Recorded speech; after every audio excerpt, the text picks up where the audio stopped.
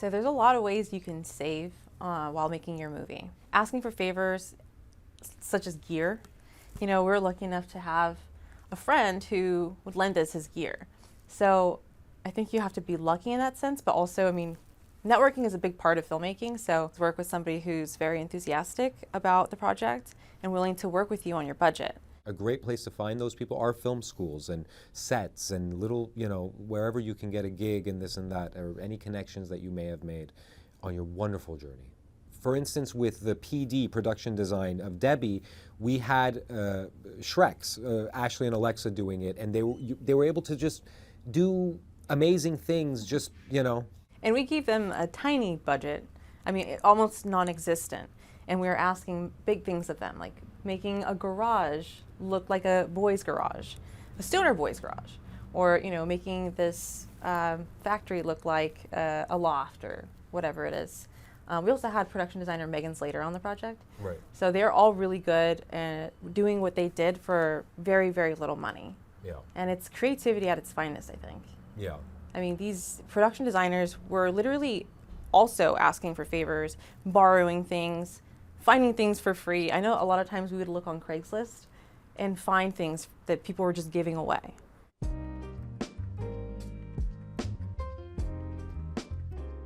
When things don't work out with people that you hire or bring onto a project, sometimes it's a setback.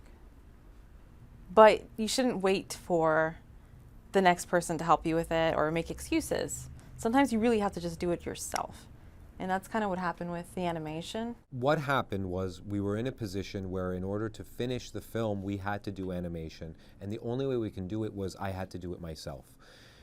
The cost of getting someone to do it versus me learning to do it myself, which I knew I could do, though it would be difficult and hard, was you know, the whatever. Like, it was more in the favor of I should do it myself. And the thing is, it would have been incredibly expensive to have somebody just do the animation that we wanted and stuff. And because I was doing it, I knew what I wanted, and I can just really do it and make it really good. And it was hard. Listen, doing it yourself it puts a little bit of power in your hands, and nobody can jerk you around and stuff like that. The thing is, when you're doing it yourself, in the realms that you're able to do things, like for instance, if you can act in the film. If you can do animation, animate the film or animate portions as we did in ours. You're capable of doing it, especially if you go to film school. Like, you probably know how to operate sound and the camera and all these things. And even if you don't know how to animate, you have the programs for it. You could learn it. There are various programs for animation, music, and whatnot. Yeah. Do it yourself.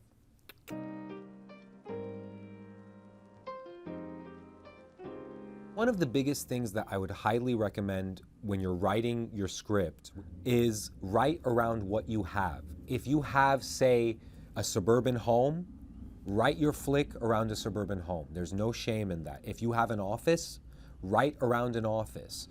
You gotta write your budget. That's the thing, you know? If you think you can pull off making a spaceship movie with a limited budget and your creativity can get you there, go for it. But really write around the things that you have, not just locations. Say you have some really cool thing. Say you have a cow.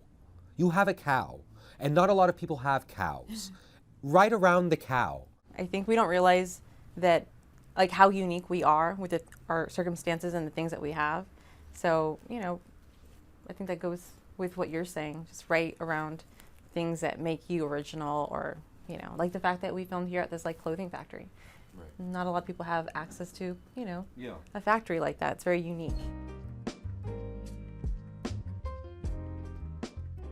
So one thing I learned in film school was that food is the most important thing on set. I didn't really believe that at first, but making a feature, I've learned that it really is.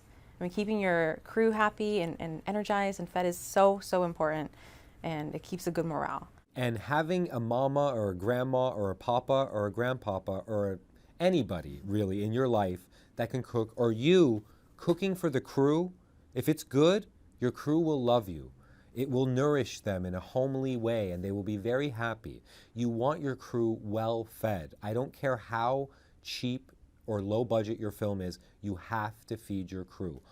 Also, Winchell's and Yum Yum Donuts and donut places of that ilk are infinitely more cheap than and good tasting than any of the big coffee chains. You know which ones I'm talking about.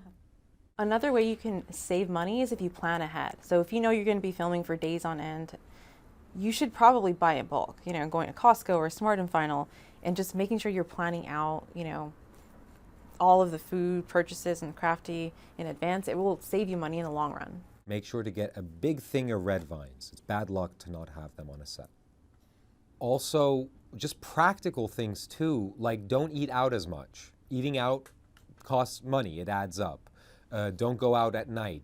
Give your nightlife a rest and just concentrate on your film. Save. So there's a lot of ways of saving money while making your movie, but you never want to cut any corners at the expense of your film. So quality is number one on this. Yes, you will be living with this film forever. So save money, but don't cut corners at the expense of your baby.